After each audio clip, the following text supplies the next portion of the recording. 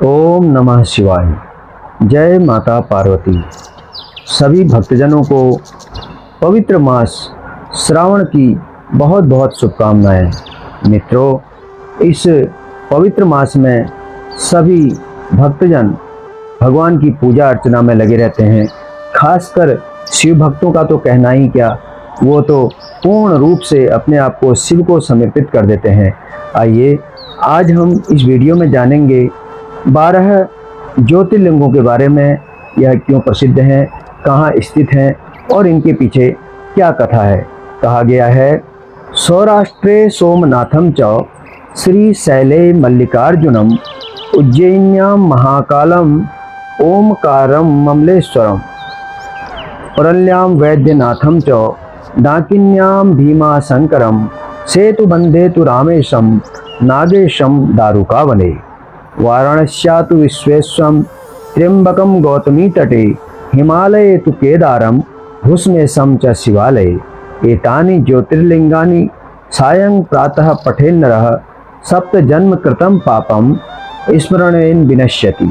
इसका तात्पर्य है, सौराष्ट्र में सोमनाथ, श्रीशैल पर मल्लिकार्जुन, उज्जैन में महाकाल, ओमकार तीर्थ में परमेश्वर, हिमालय के शिखर पर केदार, डाकिनी में भीमशंकर और वाराणसी में विश्वनाथ, गोदावरी के तट पर त्र्यंबक, चिता भूमि में वैद्यनाथ, दारुका वन में नागेश, सेतुबंध में रामेश्वर और शिवालय में भुस्मेश्वर का स्मरण करें। जो प्रतिदिन प्रातः काल उठकर इन 12 नामों का स्मरण करता है, इनका पाठ करता है या इसको सुनता है, वह सब पापों से मुक्त हो संपूर्ण सिद्धियों का फल पा जाता है। माना जाता है कि पृथ्वी के वो स्थान जहाँ स्वयं भगवान शिव प्रकट हुए थे, वहाँ ज्योतिर्लिंगों की स्थापना हुई। मित्रों, इन सभी ज्योतिर्लिंगों के अलग अलग नाम और पूजन के अलग अलग विधान हैं। शिव पुराण के अनुसार सभी ज्योतिर्लिंगों के उपलिंग भी हैं। मान्यता है कि इन ज्योतिर्लिंग का प्रतिदिन स्मरण करने से 7 जन्मों के पाप मिट जाते हैं। इस मंत्र के नियमित जप से भगवान शिव प्रसन्न होते हैं और भक्तों पर अपनी कृपा बरसाते हैं। तो आइए जानते हैं इन 12 ज्योतिर्लिंगों के बारे में और इनसे जुड़े रोचक तथ्यों और कथाओं को। सबसे पहले हम बात करते हैं सोमनाथ मंदिर की। तो आइए जानते हैं सोमनाथ के बारे में।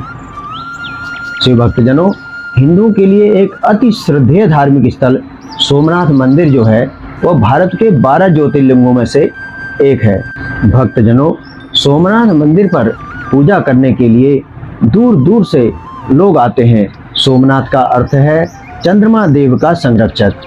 भक्तजनों, हिंदू धर्म ग्रंथों के अनुसार चंद्रदेव ने दक्ष प्रजापति राजा की 27 कन्याओं से विवाह किया था, लेकिन उनमें से रोहिणी नामक अपनी पत्नी को वह बहुत अधिक प्यार व सम्मान दिया करते थे। और इस अन्याय को देखकर क्रोध में आकर दक्ष ने चंद्रदेव को श्राप दे दिया कि अब से हर दिन तुम्हारा तेज अर्थात कांति या चमक क्षीण होता रहेगा। इसके परिणाम स्वरूप हर दूसरे दिन चंद्रदेव का तेज घटने लगा। साप से विचलित और दुखी होकर सोमदेव ने भगवान शिव की आराधना शुरू कर दी। मित्रों, अंततः शिव प्रसन्न हुए और सोमचंद्र के श्राप का निवारण किया। सोम के कष्ट को दूर करने वाले प्रभु शिव का स्थापन यहाँ करवाकर उनका नामकरण हुआ सोमनाथ, अर्थात चंद्रमा के रक्षक। मान्यता है कि श्री कृष्ण मालूका तीर्थ पर विश्राम कर रहे थे, तभी शिकारी ने उनके पैर के तलुए में पद्म चिन्ह को हिरण की आंख जानकर धोखे में तीर मारा था। तभी कृष्ण ने देह त्याग कर यहीं से वैकुंठ गमन किया। इस स्थान पर बड़ा ही सुंदर कृष्ण मंदिर भी बना हुआ है। सोमनाथ मंदिर को इस्लामी राजाओं और शासकों द्वारा कई बार नष्ट किया गया है। विदेशों के शासकों द्वारा बार बार आक्रमण किए जाने के बाद भी मंदिर ने इसके महत्व, पवित्रता और विश्वास लोगों को इसमें बनाए रखा। यह 3 मंजिला देवालय 150 स्तंभों पर खड़ा है, जिसमें से हर एक स्तंभ कलापूर्ण है। ये सभी स्तंभ विविध शैलियों को प्रकट करते हैं। इस मंडप के अलंकृत तोरण आकर्षण का केंद्र है। इसमें पूर्व, उत्तर एवं दक्षिण तीनों तरफ से प्रवेश द्वार हैं। गर्भगृह सभा मंडप की तरह से काफी नीचे स्थित है और सीढ़ियों से उतरकर इसमें प्रवेश किया जाता है। निज मंदिर में एक अन्य कलात्मक मूर्तियां और कृष्ण पाषाण का एक शिवलिंग है। शिवालय के पीछे विशाल कुंड है जिसे पत्थरों की एक नाली गर्भगृह से जोड़ती है। यहीं पर हनुमान जी की एक सुंदर प्रतिमा है मित्रों। इस भव्य देवालय में नर्तकियों की प्रतिमाएं, विविध मूर्तियां, तोरण इत्यादि मनमोहक रूप से शोभनीय है। साथ ही मंदिर की दीवारों पर खुदे हुए शिलालेख भी पर्यटकों के मध्य अत्यंत लोकप्रिय हैं। यह भव्य मंदिर भारतीय पुरातत्व सर्वेक्षण के संरक्षण में है मित्रों। आइए अब जानते हैं मल्लिकार्जुन स्वामी मंदिर के बारे में। दक्षिण भारत में कैलाश नाम से मशहूर आंध्र प्रदेश का श्री मल्लिकार्जुन मंदिर भारत के 12 ज्योतिर्लिंगों में से एक है। ऐसी मान्यता है कि इस मंदिर के दर्शन करने से सात्विक मनोकामनाएं पूर्ण हो जाती हैं। श्री मल्लिकार्जुन का पौराणिक कथा के द्वारा जानकारी करते हैं। एक बार की बात है, भगवान शिव और माता पार्वती जी के पुत्र कार्तिकेय स्वामी और गणेश जी अपने विवाह के लिए आपस में कलह करने लगे। कार्तिकेय का मानना था कि वे बड़े हैं, इसलिए उनका विवाह पहले होना चाहिए, किंतु श्री गणेश जी अपना विवाह पहले कराने को लेकर जिद पर अड़े थे। जब दोनों के झगड़े की वजह पिता महादेव और माता पार्वती को पता लगी, तो उन्होंने इस झगड़े को खत्म करने के लिए कार्तिकेय और गणेश के सामने एक प्रस्ताव रखा। उन्होंने कहा कि तुम दोनों में से जो कोई भी पृथ्वी की परिक्रमा करके पहले यहाँ पहुँच जाएगा, वापस आ जाएगा, उसका विवाह पहले होगा। मित्रों, शर्त सुनते ही कार्तिकेय जी पृथ्वी की परिक्रमा करने के लिए दौड़ पड़े, लेकिन गणेश जी के लिए तो यह बड़ा ही कठिन कार्य था। गणेश जी शरीर से स्थूल किंतु बुद्धि के सागर थे। उनकी बुद्धि असीमित थी। उन्होंने एक उपाय सोचा और अपनी माता पार्वती तथा पिता देवादिदेव महेश्वर के एक आसन पर बैठने का उन्होंने आग्रह किया। गणेश जी ने उनकी 7 परिक्रमा कर दी भक्तजनों। इस तरह से वह पृथ्वी की परिक्रमा से प्राप्त होने वाले फल की प्राप्ति के अधिकारी बन गए। उनकी चतुर्बुद्धि को देखकर शिव और पार्वती दोनों काफी खुश हुए दोस्तों, और उन्होंने श्री गणेश का विवाह कार्तिकेय जी से पहले करा दिया। जब तक स्वामी कार्तिकेय संपूर्ण पृथ्वी की परिक्रमा करके वापस आए, उस समय तक श्री गणेश जी का विवाह विश्वरूप प्रजापति की पुत्रियों सिद्धि और रिद्धि के साथ हो चुका था मित्रों, जिससे उन्हें क्षेम तथा लाभ नामक 2 पुत्र भी प्राप्त हो चुके थे। यह सब देखकर स्वामी कार्तिकेय नाराज हो गए दोस्तों और क्रौंच पर्वत की ओर चले गए। उन्हें मनाने के लिए देवर्षि नारद को भेजा गया, लेकिन वह नहीं माने। कार्तिकेय के चले जाने पर माता पार्वती भी क्रौंच पर्वत पर पहुंची। उधर भगवान शिव भी ज्योतिर्लिंग के रूप में वहां प्रकट हुए। तभी से वह मल्लिकार्जुन ज्योतिर्लिंग के नाम से विख्यात हुआ। मल्लिका माता पार्वती का नाम है दोस्तों, जबकि अर्जुन भगवान शंकर को कहा जाता है। शिव भक्तजनों, आइए अब जानते हैं महाकालेश्वर मंदिर के बारे में। 12 ज्योतिर्लिंग ऐसे 12 प्राचीन तीर्थ स्थल हैं जिनका उल्लेख शिव पुराण में मिलता है। इन्हें ज्योतिर्लिंग कहा जाता है क्योंकि ऐसा माना जाता है कि भगवान शिव ने ज्योति के रूप में स्वयं को अपने भक्तों के समक्ष प्रकट किया था। आज भी यह कहा जाता है कि भक्तों को उनके दर्शन इन स्थानों पर ज्योति के रूप में हुए। पौराणिक कथाओं के अनुसार दूषण नामक एक दानव ने अवंती के निवासियों को परेशान किया था और भगवान शिव धरती से प्रकट हुए और उन्होंने दानव को परास्त कर दिया। तब अवंती के निवासियों के अनुरोध पर उन्होंने यहाँ महाकालेश्वर ज्योतिर्लिंग के रूप में अपना स्थायी निवास बना लिया मित्रों। महाकालेश्वर ज्योतिर्लिंग को स्वयंभू माना जाता है, जो अपने भीतर से शक्ति प्राप्त करता है, जबकि अन्य मूर्तियों तथा लिंगों को सांस्कारिक तौर पर स्थापित किया गया है तथा उन्हें मंत्र शक्ति से संपन्न किया गया है। महाकालेश्वर मंदिर की महिमा का विभिन्न पुराणों में सजीवता से वर्णन किया गया है। महाकाल मंदिर का निर्माण 11वीं शताब्दी में किया गया था। 140 वर्षों के बाद इल्तुतमिश ने इसे तोड़ दिया था तथा वर्तमान मंदिर मराठा कालीन माना जाता है, जिसे लगभग 250 वर्ष पूर्व बाबा रामचंद्र सेनवी ने बनवाया था। मंदिर के गर्भगृह के पश्चिम, उत्तर तथा पूर्व में क्रमशः गणेश, मां पार्वती और कार्तिकेय की मूर्तियां स्थापित हैं। दक्षिण में नंदी की मूर्ति है। यह मंदिर 3 खंडों में बटा हुआ है निचले खंड में महाकालेश्वर, बीच के खंड में ओमकारेश्वर तथा सर्वोच्च खंड में नागचंद्रेश्वर के शिवलिंग प्रतिष्ठित है। नागचंद्रेश्वर के दर्शन केवल नाग पंचमी को ही किए जाते हैं। मंदिर के परिसर में जो विशाल कुंड है वही पावन कोटि तीर्थ है। इसके तीनों ओर लघु शैव मंदिर निर्मित है। कुंड सोपानों से जुड़े मार्ग पर अनेक दर्शनीय परमारकालीन प्रतिमाएं देखी जा सकती हैं दोस्तों, जो उस समय निर्मित मंदिर के कलात्मक वैभव का परिचय कराती हैं। कुंड के पूर्व में जो विशाल बरामदा है वहां से महाकालेश्वर के गर्भगृह में प्रवेश किया जाता है। इसी बरामदे के उत्तरी छोर पर भगवान राम एवं देवी अवंतिका की आकर्षक प्रतिमाएं पूज्य हैं। महाकाल मंदिर में आयोजित होने वाले विभिन्न दैनिक अनुष्ठानों में दिन का पहला अनुष्ठान होता है भस्म आरती, जो कि भगवान शिव को जगाने, उनका श्रृंगार करने तथा उनकी प्रथम आरती करने के लिए किया जाता है। इस आरती के बारे में यह विशेष है कि यह आरती प्रतिदिन सुबह 4 बजे शमशान घाट से लाई गई ताजी चिता की राख से महाकालेश्वर ज्योतिर्लिंग पर छिड़काव करके की जाती है।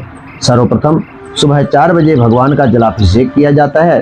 तत्पश्चात श्रृंगार तथा उसके बाद ज्योतिर्लिंग को चिता भस्म से सराबोर कर दिया जाता है। शास्त्रों में चिता भस्म अशुद्ध माना गया है। चिता भस्म का स्पर्श हो जाए तो स्नान करना पड़ता है, परंतु भगवान शिव के स्पर्श से भस्म पवित्र होता है, क्योंकि शिव निष्काम है, उन्हें काम का स्पर्श नहीं है दोस्तों। आइए अब जानते हैं ओमकारेश्वर मंदिर के बारे में। श्री ओमकारेश्वर ज्योतिर्लिंग ऐसा एकमात्र ज्योतिर्लिंग है जो नर्मदा नदी के उत्तर तट पर स्थित है। यहाँ भगवान शिव ओमकार स्वरूप में प्रकट हुए हैं मित्रों, एवं ऐसा माना जाता है कि भगवान शिव प्रतिदिन तीनों लोकों में भ्रमण के पश्चात यहाँ आकर विश्राम करते हैं। अतएव यहाँ प्रतिदिन भगवान शिव की शयन आरती की जाती है मित्रों, एवं भक्तगण एवं तीर्थयात्री विशेष रूप से शयन दर्शन करने के लिए यहाँ आते हैं। जिस ओमकार शब्द का उच्चारण सर्वप्रथम सृष्टिकर्ता विधाता के मुख से हुआ, वेद का पाठ इसके उच्चारण किए बिना नहीं होता। इस ओमकार का भौतिक विग्रह ओमकार क्षेत्र है। ओमकारेश्वर ज्योतिर्लिंग को लेकर कई कथाएं प्रचलित हैं। एक कथा के अनुसार एक बार नारद ऋषि विंध्य पर्वत पर पहुंचे। विंध्य पर्वत अपनी अभिमान से भरी बातें नारद को सुनाने लगा। तभी नारद ने विंध्याचल को बताया कि तुम्हारे पास सब कुछ है, किंतु मेरु पर्वत तुमसे बहुत ऊंचा है। यह बात सुनकर विंध्य पर्वत को काफी दुख हुआ। विंध्य पर्वत को इस बात से जलन थी कि वह मेरु पर्वत से ऊंचा क्यों नहीं। वह भगवान शंकर जी की शरण में चला गया, जहाँ पर साक्षात ओमकार विद्यमान है। उस स्थान पर पहुंचकर उसने प्रसन्नता और प्रेम पूर्वक शिव की पार्थिव मूर्ति अर्थात मिट्टी की शिवलिंग बनाई और 6 महीने तक लगातार उसके पूजन में तन्मय रहा दोस्तों। उसकी कठोर तपस्या को देखकर भगवान शंकर उससे प्रसन्न हो गए। उन्होंने विंध्य को अपना दिव्य स्वरूप प्रकट कर दिखाया, जिसका दर्शन बड़े बड़े योगियों के लिए भी अत्यंत दुर्लभ होता है मित्रों। शिव भक्तगणों, भगवान शिव ने विंध्य को कार्य की सिद्धि करने वाली वह अभीष्ट बुद्धि प्रदान की और कहा कि तुम जिस प्रकार का काम करना चाहो वैसा कर सकते हो, मेरा आशीर्वाद तुम्हारे साथ है। भगवान शिव ने जब विंध्य को उत्तम वर दे दिया, उसी समय देवगण तथा शुद्ध बुद्धि और निर्मल चित्त वाले कुछ ऋषिगण भी वहां आ गए मित्रों। उन्होंने भी भगवान शंकर की विधिवत पूजा की और उनकी स्तुति करने के बाद उनसे कहा, प्रभु आप हमेशा के लिए यहाँ स्थिर होकर निवास करें। देवताओं की बात से महेश्वर भगवान शिव को बड़ी प्रसन्नता हुई। लोगों को सुख पहुंचाने वाले परमेश्वर शिव ने उन ऋषियों तथा देवताओं की बात को प्रसन्नता पूर्वक स्वीकार कर लिया। वहां स्थित एक ही ओमकार लिंग 2 स्वरूपों में विभक्त हो गया। प्रणव के अंतर्गत जो सदाशिव विद्यमान हुए उन्हें ओमकार नाम से जाना जाता है। इसी प्रकार पार्थिव मूर्ति में जो ज्योति प्रतिष्ठित हुई थी वह परमेश्वर लिंग के नाम से विख्यात हुई मित्रों। शिव भक्तगणों, परमेश्वर लिंग में को ही अमलेश्वर भी कहा जाता है। शास्त्रों की मान्यता है कि कोई भी इस तीर्थयात्री के भले ही सारे तीर्थ कर ले, किंतु जब तक वह ओमकारेश्वर आकर किए गए तीर्थों का जल लाकर यहाँ नहीं चढ़ाता, उसके सारे तीर्थ अधूरे माने जाते हैं। अर्थात कि कोई भी तीर्थयात्री देश के भले ही सारे तीर्थ कर ले, किंतु जब तक वह ओमकारेश्वर आकर किए गए तीर्थों का जल लाकर यहाँ पर नहीं चढ़ाता उसके सारे तीर्थ अधूरे माने जाते हैं। ओमकारेश्वर तीर्थ के साथ नर्मदा जी का भी विशेष महत्व है मित्रों। शास्त्र मान्यता के अनुसार यमुना जी में 15 दिन का स्नान तथा गंगा जी में 7 दिन का स्नान जो फल प्रदान करता है, उसका पुण्य फल नर्मदा जी के दर्शन मात्र से प्राप्त हो जाता है। ओमकारेश्वर में ओमकारेश्वर ज्योतिर्लिंग के साथ ही अमलेश्वर या ममलेश्वर ज्योतिर्लिंग भी है। इन दोनों शिवलिंगों की गणना एक ही ज्योतिर्लिंग में की गई है। स्कंद पुराण के रेवा खंड में श्री ओमकारेश्वर की महिमा का बखान किया गया है। ओमकारेश्वर तीर्थ अलौकिक है। भगवान शंकर की कृपा से यह देवस्थान के समान ही है।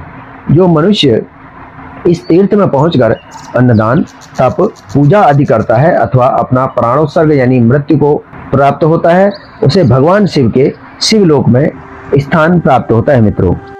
आइए अब जानते हैं केदारनाथ जी के बारे में। श्री केदारनाथ जी का मंदिर पर्वतराज हिमालय की केदार नामक चोटी पर स्थित है।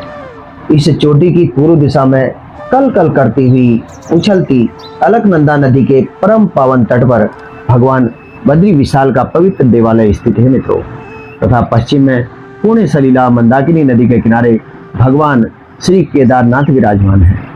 अलकनंदा और मंदाकिनी उन दोनों नदियों का पवित्र संगम रुद्रप्रयाग में होता है और वहां ही से ये एक धारा बनकर पुनः देवप्रयाग में भागीरथी गंगा से संगम करती है। देवप्रयाग में गंगा उत्तराखंड के पवित्र तीर्थ गंगोत्री से निकलकर आती है। देवप्रयाग के बाद अलकनंदा और मंदाकिनी का अस्तित्व विलीन होकर गंगा में समाहित हो जाता है दोस्तों, तथा वहीं गंगा प्रथम बार हरिद्वार की समतल धरती पर उतरती है। भगवान केदारेश्वर ज्योतिर्लिंग के दर्शन के बाद बद्री क्षेत्र में भगवान नर नारायण का दर्शन करने से मनुष्य के सारे पाप नष्ट हो जाते हैं मित्रों। इस मंदिर की आयु के बारे में कोई ऐतिहासिक प्रमाण नहीं है, पर 1000 वर्षों से केदारनाथ महत्वपूर्ण तीर्थ स्थल रहा है। भक्तजनों, इस मंदिर के बारे में मान्यता है कि राजा भोज ने इस मंदिर को बनवाया था, लेकिन कुछ लोगों के अनुसार यह मंदिर आदि शंकराचार्य ने बनवाया था। बताया जाता है कि केदारनाथ मंदिर के ठीक पीछे पांडवों ने एक मंदिर बनवाया था, लेकिन वह मंदिर वक्त के थपेड़ों की मार नहीं झेल सका। पंच केदार की कथा ऐसी मानी जाती है कि महाभारत के युद्ध में विजयी होने पर पांडव भ्रातृ हत्या के पाप से मुक्ति पाना चाहते थे। इसके लिए वे भगवान शंकर का आशीर्वाद पाना चाहते थे, लेकिन वे उन लोगों से रुष्ट थे। भगवान शंकर के दर्शनों के लिए पांडव काशी गए, पर वे उन्हें वहां नहीं मिले। वे लोग उन्हें खोजते हुए हिमालय तक आ पहुंचे। भगवान शंकर पांडवों को दर्शन नहीं देना चाहते थे, इसलिए वे वहां से अंतर्ध्यान होकर केदार में जा बसे। दूसरी ओर पांडव भी लगन के पक्के थे और उनका पीछा करते करते करते करते पांडव भी केदार ही पहुंच गए। भगवान शंकर ने तब तक बैल का रूप धारण कर लिया और वे अन्य पशुओं के बीच में जा मिले मित्रों। पांडवों को संदेह हो गया, अतः भीम ने अपना विशाल रूप धारण कर 2 पहाड़ों पर पैर फैला दिए। अन्य सब गाय बैल तो निकल गए, पर शंकर जी रूपी बैल पैर के नीचे से जाने को तैयार नहीं हुए।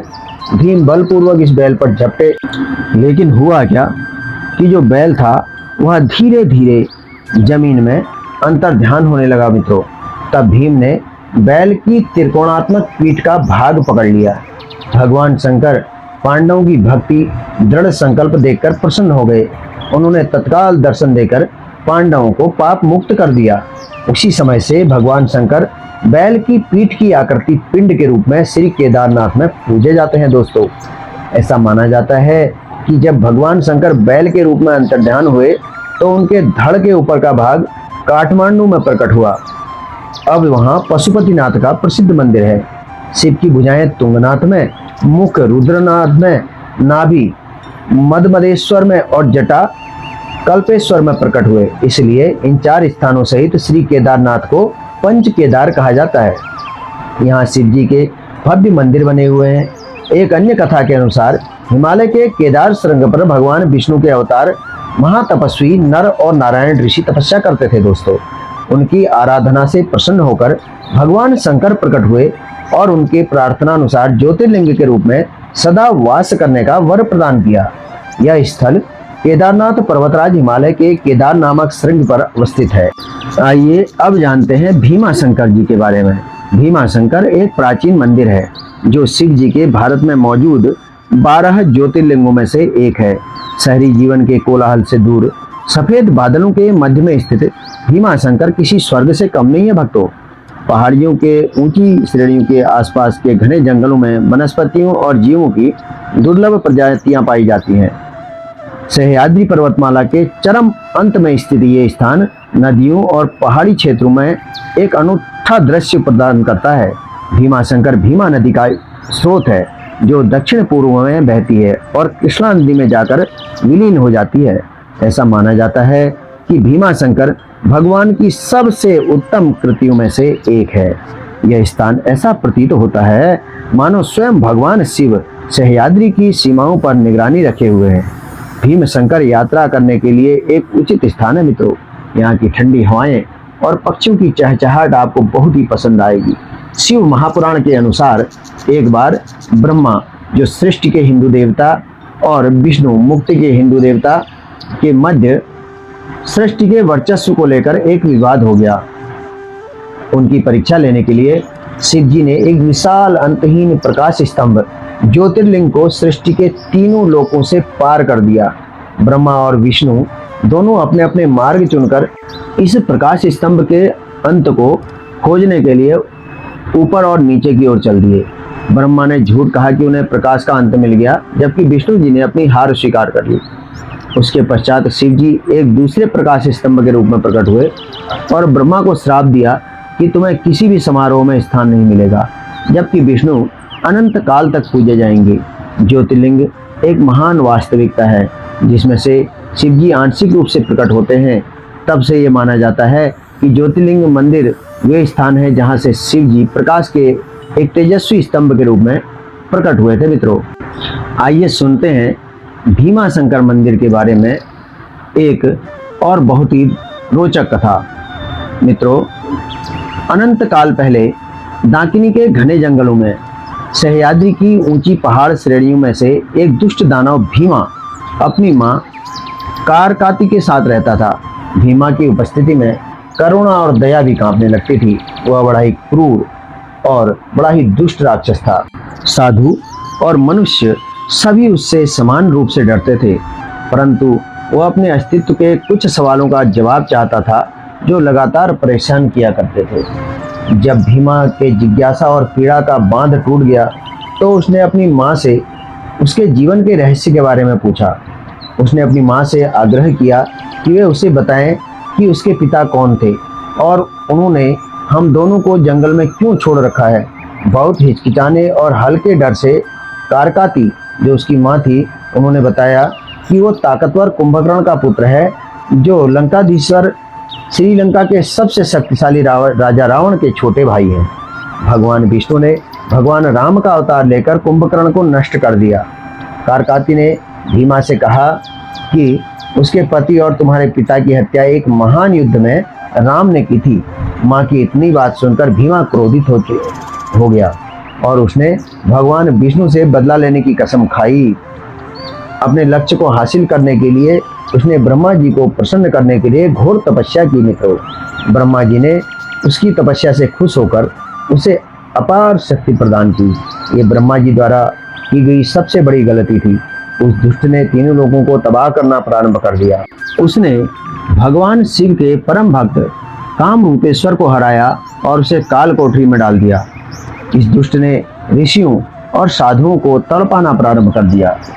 इस विनाश को देखकर सभी देवता नाराज हो गए। वे सभी भगवान ब्रह्मा के साथ मिलकर अपने बचाव के लिए भगवान शिव की प्रार्थना करने लगे। भगवान शिव ने देवगणों को सांत्वना दी और उस दुष्ट से उनकी रक्षा करने के लिए सहमत हो गए। दूसरी ओर भीमा कामरूपेश्वर को आदेश दे रहा था कि वो भगवान शिव की आराधना छोड़कर उसकी आराधना करे। जब कामरूपेश्वर ने उनकी पूजा करने से इनकार कर दिया तो तानाशाह भीमा ने शिवलिंग पर वार करने के लिए अपनी तलवार उठाई, जिसकी कामरूपेश्वर पूजा करके अभिषेक कर रहा था। जैसे ही उसने उस शिवलिंग पर वार करने का प्रयास किया, वैसे ही स्वयं भगवान शिव उसमें से प्रकट हो गए। इसके पश्चात भयानक युद्ध हुआ, परंतु फिर पवित्र ऋषि नारद आ गए और उन्होंने भगवान शिव से अनुरोध किया कि हे भगवान, अब इस युद्ध का अंत कर दीजिए। इसके पश्चात शिव जी ने उस दुष्ट राक्षस को राख में परिवर्तित कर दिया और उस दुष्ट के अत्याचार की गाथा को समाप्त कर दिया। उस स्थान पर उपस्थित सभी संतों और देवताओं ने भगवान शिव से प्रार्थना की कि वे इस स्थान को अपना निवास स्थान बना लें। इस प्रकार भगवान शिव भीम शंकर ज्योतिर्लिंग के रूप में वहां पर प्रकट हुए। ऐसा माना जाता है कि लड़ाई के पश्चात भगवान शिव के शरीर से निकले पसीने से भीमरथी नदी का निर्माण हुआ। मित्रों, आइए अब जानते हैं काशी विश्वनाथ जी के बारे में। भारत के उत्तर प्रदेश के वाराणसी में स्थापित सबसे प्रसिद्ध हिंदू मंदिरों में से काशी विश्वनाथ मंदिर एक है, जो भगवान शिव को समर्पित है। यह मंदिर पवित्र नदी गंगा के पश्चिमी तट पर बना हुआ है और साथ ही भगवान शिव के 12 ज्योतिर्लिंगों में से एक है। यहाँ भगवान शिव की मुख्य प्रतिमा को विश्वनाथ का नाम दिया गया है, जिसका अर्थ है ब्रह्मांड के शासक। वाराणसी शहर को काशी के नाम से भी जाना जाता है मित्रों, और इसलिए यह मंदिर भारत में काशी विश्वनाथ मंदिर के नाम से प्रसिद्ध है। काशी नगरी की उत्पत्ति तथा उसकी भगवान शिव की प्रियतमा बनने की कथा स्कंद पुराण के काशी खंड में वर्णित है। काशी भगवान शिव की प्रिय नगरी है। हर हर महादेव, घर घर महादेव का जय घोष काशी के लिए ही किया जाता है। काशी में भगवान शिव विश्वेश्वर नामक ज्योतिर्लिंग में निवास करते हैं। कहते हैं भगवान शिव के मन में एक बार 1 से 2 हो जाने की इच्छा जागृत हुई। उन्होंने खुद को रूपों में विभक्त कर लिया, एक शिव कहलाए और दूसरी शक्ति। लेकिन इस रूप में अपने माता पिता को न पाकर वह बेहद दुखी हुए। उस समय आकाशवाणी ने उन्हें तपस्या करने की सलाह दी। तपस्या हेतु भगवान शिव ने अपने हाथों से 5 कोस लंबे भूभाग पर काशी का निर्माण किया और यहाँ विश्वेश्वर के रूप में विराजमान हुए। काशी का मूल विश्वनाथ मंदिर बहुत छोटा था। 7वीं शताब्दी में इंदौर की रानी अहिल्याबाई होलकर ने इसे सुंदर स्वरूप प्रदान किया। मित्रों, अब जानते हैं त्र्यंबकेश्वर मंदिर के बारे में। त्र्यंबकेश्वर यह त्रिम्बक शहर में एक प्राचीन हिंदू मंदिर है। यह मंदिर भगवान शिव को समर्पित है और शिव जी के 12 ज्योतिर्लिंगों में से एक है। यह स्थल गोदावरी नदी के उद्गम स्थान को भी जाना जाता है, जो प्रायद्वीपीय भारत में सबसे लंबी नदी है। गोदावरी नदी को हिंदू धर्म में पवित्र माना जाता है, जो ब्रह्मगिरी पहाड़ों से निकल के राजमहेंद्र के पास समुद्र में मिलती है। तीर्थराज कुशावर्त को नदी गोदावरी का प्रतीकात्मक मूल माना जाता है और एक पवित्र स्थान की जगह के रूप में हिंदुओं द्वारा प्रतिष्ठित है। एक कथा के अनुसार भगवान शंकर और पार्वती के विवाह के समय सब देव एकत्रित हुए थे। विश्व निर्मित करने वाले ब्रह्मदेव ने पार्वती का रूप देखा और उनके मन में पार्वती के लिए आसक्ति पैदा हुई। तो इसके पश्चात भगवान शंकर ने वो देखा और उन्होंने ब्रह्मदेव को गंगा का पानी दिया और कहा कि इस पवित्र पानी से तुम्हारे पाप धुल जाएंगे और तुम फिर से पवित्र हो जाओगे। ब्रह्मदेव ने उस पानी से स्नान किया और वो पवित्र हो गए। ऐसा माना जाता है कि जो कोई त्र्यंबकेश्वर को भेंट देता है उसे मन शांति मिलती है, उसे पुण्य मिलता है। त्र्यंबकेश्वर जैसी पवित्र जगह है, गोदावरी जैसी पवित्र नदी और ब्रह्मगिरी जैसा सुंदर पर्वत और कहीं देखने को नहीं मिलेगा। भक्तजनों, यहाँ पे गोदावरी नदी, जिसे दक्षिण की गंगा भी कहते हैं, उसका उद्गम हुआ है। हर तरह के धार्मिक विधि इत्यादि के लिए यह जगह भारत भर में प्रसिद्ध है। मित्रों, अब जानते हैं बैद्यनाथ मंदिर के बारे में। भारत के पवित्र तीर्थ स्थलों में झारखंड के देवघर का बैद्यनाथ धाम अत्यंत महत्वपूर्ण है। 12 ज्योतिर्लिंगों में से एक बैद्यनाथ मंदिर स्थापत्य कला की दृष्टि से देश के प्राचीनतम मंदिरों में से एक है। यहाँ सावन में गंगाजल अर्पण का विशेष महत्व है। धर्माचार्यों के मुताबिक शिव पुराण और बैद्यनाथ महात्म्य में वर्णित तथ्यों में कहा गया है कि बैद्यनाथ ज्योतिर्लिंग को गंगाजल और बिल्व पत्र अर्थात बेल के पत्ते अर्पण करने से मनुष्य के सभी पाप धुल जाते हैं, उन्हें अभीष्ट की प्राप्ति होती है। बैद्यनाथ ज्योतिर्लिंग और गंगाजल का अन्योन्याश्रय संबंध है। यह मंदिर भारत के झारखंड जिले के देवगढ़ में बना हुआ है। मंदिर के परिसर में बाबा बैद्यनाथ के मुख्य मंदिर के साथ साथ दूसरे 21 मंदिर भी हैं। कहा जाता है कि रावण ने शिव जी को प्रसन्न करने के लिए यहीं पर कड़ा तप किया था। शिव जी प्रकट न हुए तब रावण ने अपने सर काट काट कर अपने आराध्य को चढ़ाने शुरू किए। 10 में से 9 सर कटने के बाद जब रावण अपना 10वां सर काटने को हुआ तब शिव जी प्रकट हुए। उन्होंने वैद्य का रूप धार कर घायल रावण का इलाज किया, इसीलिए वे बैद्यनाथ कहलाए। कहते हैं कि यहाँ प्रार्थना करने पर सब मनोकामनाएं पूर्ण हो जाती हैं मित्रों, इसलिए इसे कामना लिंग भी कहते हैं। अब जानते हैं नागेश्वर जी के बारे में। भगवान शिव के 12 ज्योतिर्लिंगों में सोमनाथ ज्योतिर्लिंग के नाम के बाद जो नाम आता है वह नागेश्वर या फिर जागेश्वर ज्योतिर्लिंग का नाम आता है। नागेश्वर ज्योतिर्लिंग गुजरात के द्वारकापुरी से लगभग 25 किलोमीटर की दूरी पर स्थित है। माना जाता है कि सोमनाथ ज्योतिर्लिंग के बाद इन नागेश्वर ज्योतिर्लिंग की स्थापना हुई। यहाँ भगवान शिव स्वयं नागेश्वर तथा देवी पार्वती नागेश्वरी के रूप में विराजमान है। मित्रों, यह अत्यंत ही सुंदर रमणीय स्थान है। यह शिव भक्तों के लिए कैलाश पर्वत से कम नहीं है। जितना अद्भुत और अद्वितीय ज्योतिर्लिंग है उतनी अद्भुत और अद्वितीय इसकी कथा भी है। बहुत समय पहले की बात है, दारुका नाम की एक राक्षसी थी। उसने देवी पार्वती की कठिन तपस्या कर उनसे वरदान प्राप्त किया कि वह जहाँ भी जाएगी अपने वन को अपने साथ ले जा सकती है। दारुका अपने पति दारुक के साथ उस वन पर राज करती थी। दोनों बड़े ही क्रूर और निर्दयी थे। दोनों मिलकर वहाँ की जनता पर तरह तरह के अत्याचार करते थे। वहाँ की जनता उनके अत्याचारों से त्रस्त हो चुकी थी और उसके अत्याचारों से मुक्ति पाने के लिए महर्षि औरव की शरण में जा पहुंची। महर्षि औरव ने उनकी याचना सुनी और उसके बाद उन्होंने राक्षसों को श्राप दिया कि जब कोई राक्षस किसी धार्मिक कार्य में व्यवधान पहुंचाएगा तो उसकी मृत्यु हो जाएगी।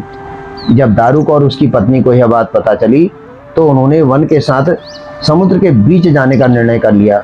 समुद्र के बीच पहुंचकर वन को वहीं स्थापित कर लिया और आनंद पूर्वक वहां रहने लगे। वहां पर भी उनके अत्याचार खत्म नहीं हुए मित्रों। वहां के निरीह जानवरों को और समुद्र में रहने वाले जीवों पर उनके क्रूर अत्याचार शुरू हो गए। साथ ही समुद्र में उसके वन के पास से गुजरने वाले नाविकों को कैद कर लिया जाता था और उन पर अत्याचार करते थे। एक बार की बात है, वैश्यों का एक समूह गलती से उस वन के समीप पहुंच गया और दारुक ने उस पर आक्रमण किया और उन्हें अपना बंदी बना लिया। उन वैश्यों के दल का नेता सुप्रिय नाम का एक शिव भक्त वैश्य था। जब दारुक ने उन्हें अपने कारागार में बंद किया तो उसने देखा कि सुप्रिय बिना किसी डर और खौफ के अपने इष्ट देव का स्मरण कर रहा है। यह देखकर दारुक अत्यंत क्रोधित हो गया मित्रों और सुप्रिय को मारने के लिए दौड़ पड़ा। शिव भक्तों, परंतु सुप्रिय ने बिना किसी डर के भगवान शिव का स्मरण कर लिया। भक्तजनों, उसने भगवान शिव से कहा कि प्रभु, मैं आपकी शरण में हूँ। उसकी पुकार सुनकर भगवान शिव कालकोठरी के कोने में बने हुए एक बिल से प्रकट हुए और उनके साथ ही वहाँ एक विशाल मंदिर भी अवतरित हुआ। उन्होंने अपने भक्त की रक्षा करने के लिए दारुक और उसके साथी दैत्यों का वध करना शुरू कर दिया। साथ ही सुप्रिय को यह वर भी दिया कि इस स्थान पर कोई भी राक्षस नहीं बचेगा। परंतु दूसरी ओर दारुका ने देवी पार्वती की आराधना शुरू कर दी मित्रों और उनके अपने वंश की रक्षा करने को कहा।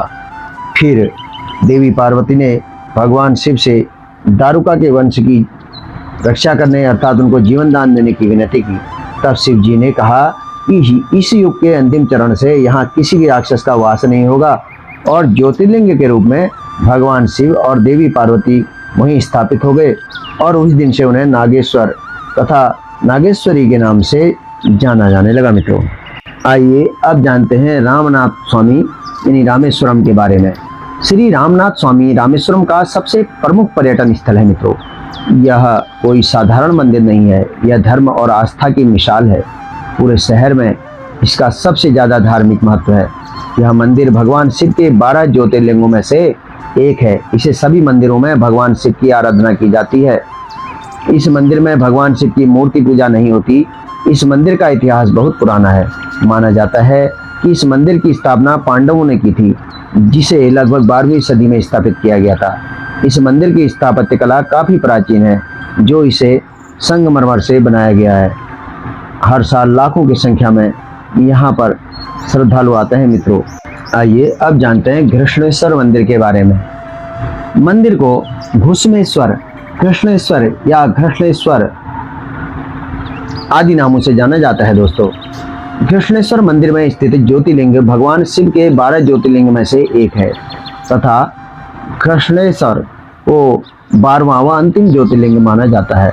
पौराणिक कथा के अनुसार दक्षिण देव के देवगिरी पर्वत के निकट सुधर्मा नामक एक ब्राह्मण अपनी पत्नी सुदेहा के साथ रहता था। वे दोनों शिव भक्त थे, किंतु संतान न होने से चिंतित रहते थे। पत्नी के आग्रह पर उसके पत्नी की बहन घुसमा के साथ उसने विवाह किया, जो परम शिव भक्त थी। भगवान शिव की कृपा से उसे एक स्वस्थ पुत्र की प्राप्ति हुई। धीरे धीरे सुदेश का घुसमा से ईर्ष्या होने लगी कि मेरे पति पर भी उसने अधिकार कर लिया है, संतान भी उसी की है। यह विचार धीरे धीरे उसके मन में बढ़ने लगा। इधर घुसमा का वह बालक भी बड़ा हो रहा था। धीरे धीरे वह जवान हो गया, उसका विवाह भी हो गया। सुदेहा ने अवसर पाकर घुसमा के बेटे की हत्या कर दी। सुधर्मा और उसकी पुत्रवधि दोनों ने सिर पीटकर रोने लगे, लेकिन घुसमा नित्य की भांति भगवान शिव की आराधना में तल्लीन रही, जैसे कुछ हुआ ही न हो। पूजा समाप्त करने के बाद वह हमेशा की तरह पार्थिव शिवलिंगों को तालाब में छोड़ने के लिए चल पड़ी। जब वह तालाब से लौटने लगी, उसी समय उसका प्यारा लाल तालाब के भीतर से निकलता हुआ आता है और उसको निकलता हुआ दिखलाई पड़ा। वह सदा की भांति आकर अपनी माँ के चरणों पर गिर पड़ा। भगवान शिव जी की कृपा से बालक जी उठा। घुसमा की प्रार्थना पर वह स्थान शिव जी सदैव वास करने का वरदान दिया और उस स्थान पर वास करने लगे और बाद में घुसमेश्वर के नाम से यह मंदिर प्रसिद्ध हुआ। उस तालाब का नाम भी तब से शिवालय हो गया। शिव भक्तगणों, इस प्रकार से इन 12 ज्योतिर्लिंगों का हिंदू धर्म में अपना विशेष स्थान है। आप लोग कमेंट बॉक्स में ओम नमः शिवाय लिखकर प्रभु का आशीर्वाद जरूर लें और इस वीडियो को अधिक से अधिक लोगों के बीच में शेयर करें, ताकि सभी लोगों में धर्म के प्रति आस्था अधिक से अधिक जागृत हो। भगवान शिव आपकी सभी मनोकामनाएं पूरी करें। अगर आप हमारे चैनल पर नए हैं तो चैनल को सब्सक्राइब अवश्य करें, ताकि हमारी सभी जानकारियां, सभी वीडियो आप तक तुरंत पहुंच सकें। जय भोलेनाथ, जय माता पार्वती।